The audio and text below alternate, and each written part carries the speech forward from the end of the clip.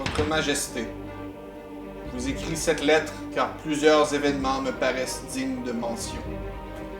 Et peut-être qu'en nous unissant, nous parviendrons à corriger le tir et éviter le pire. D'abord, il y a toutes les entités surnaturelles qui, comme vous l'avez vu, ravagent tout sur leur chemin et détruisent peu à peu notre peuple. Il est impératif de vaincre ces abominations qui nous mèneront fort probablement à notre perte. Je vois déjà qu'une source, une créature de magie pure est en route et je peux vous confirmer que les conséquences en seront très, très lourdes. Mo, qu'est-ce qui m'arrive? Il y a quelque chose qui brûle en dedans de moi. J'ai vraiment besoin de l'aide des dames. T'en fais pas ça, Liko. Les dames t'ont envoyé la chasse. Je suis là pour toi. Je t'aide avec ton fardeau. Par ailleurs, la présence de la source pourrait être convoitée par ces dégénérés de la congrégation, qui cherchent toujours à trouver leur ancien maître dans l'étoile noire. Pour lutter contre eux, je vais fort probablement avoir besoin du Magus Dei et de l'Inquisition de Vannes. Je devrais leur tendre la main. Arcanum doit être pris au plus vite.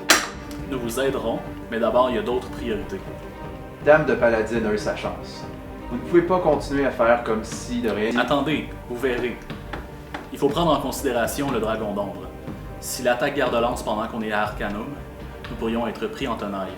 Occupez-vous de trouver les 7 titres. J'ai ma petite idée pour le dragon. Ensuite, Ouroboros sévit encore et ruine Valbirin de l'intérieur. Il faudra que je manigance afin que l'œil aveugle et le Rima travaillent ensemble. Ils ont un ennemi commun, après tout. Là, il sait quoi faire. Est-ce qu'on peut compter sur votre soutien? Vous savez que l'argent n'est pas un problème pour le climat. Tant que le problème de Valbirin est réglé, moi ça me va. Je réalise que vous devez vous demander d'où je tiens toutes ces informations. Je vous fais ici une confidence. J'ai le don du savoir. Les Cigano nomment cette capacité être un malva. Je préfère plutôt le terme prescient. Quoi qu'il en soit, les Cigano, ou plutôt cette sale petite secte de gitans, ne savent pas du tout sur quoi leur pouvoir repose. Ils n'en comprennent que les rudiments, faute de structure et d'intellect. Samia, imagine que l'avenir, c'est comme un livre. Et lorsque tu as ton flamme, eh bien ta vision, elle est comme une lecture vague en diagonale. C'est donc impossible de tout voir en même temps? Bien sûr que c'est impossible, que des petits morceaux. Mais, contrairement à un livre, l'avenir, lui, il est constamment en train de changer. Pour ce qui est du jeune roi Narius, ce gamin pleurnichard, je ne m'en inquiète pas trop. Par contre, ces sbires pourraient nous donner du fil à retordre en nous embêtant avec leurs futiles histoires de trône, qui s'avèrent être totalement insignifiantes par rapport à l'importance de ma mission. Je m'inquiète de la psyché du roi. Il est soumis à d'innombrables pressions, que ce soit les insultes constantes des orques, la populace de garde-lance qui lui manque de respect, ou encore tous ceux qui souhaitent en tirer profit. J'essaie, avec ses conseillers, de le mener vers le droit chemin, mais le contexte n'est pas évident, surtout avec Goldrack, qui lui obéit au doigt et à l'œil.